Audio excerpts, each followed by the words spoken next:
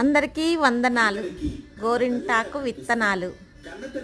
ఒక్కో విత్తనంలో గసగసాల్లాగా బోలెడు గింజలుంటాయి. ఒక్క కాయ ఒలిస్తే చాలు బోలెడు మొక్కలు వచ్చేస్తాయి.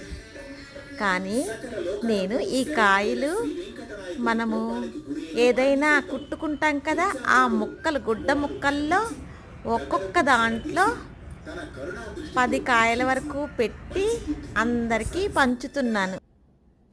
ఆషాఢ మాసం కదా, ఇలా గుడ్డ ముక్కల్లో కట్టి చాక్లెట్లలాగా అందరికీ పంచితే అలాగే మట్టిలో పెట్టొచ్చు. బోలెడు మొక్కలు వస్తాయి. ఆ మొక్కలు ఇంకో సంవత్సరం మళ్ళీ సంవత్సరం మీరు కూడా విత్తనాలుగా తయారు చేసి లేదా మొక్కల్లాగా తయారు చేసి అందరికీ పంచొచ్చు. బాగుందా ఐడియా? లైక్ చేయండి, షేర్ చేయండి.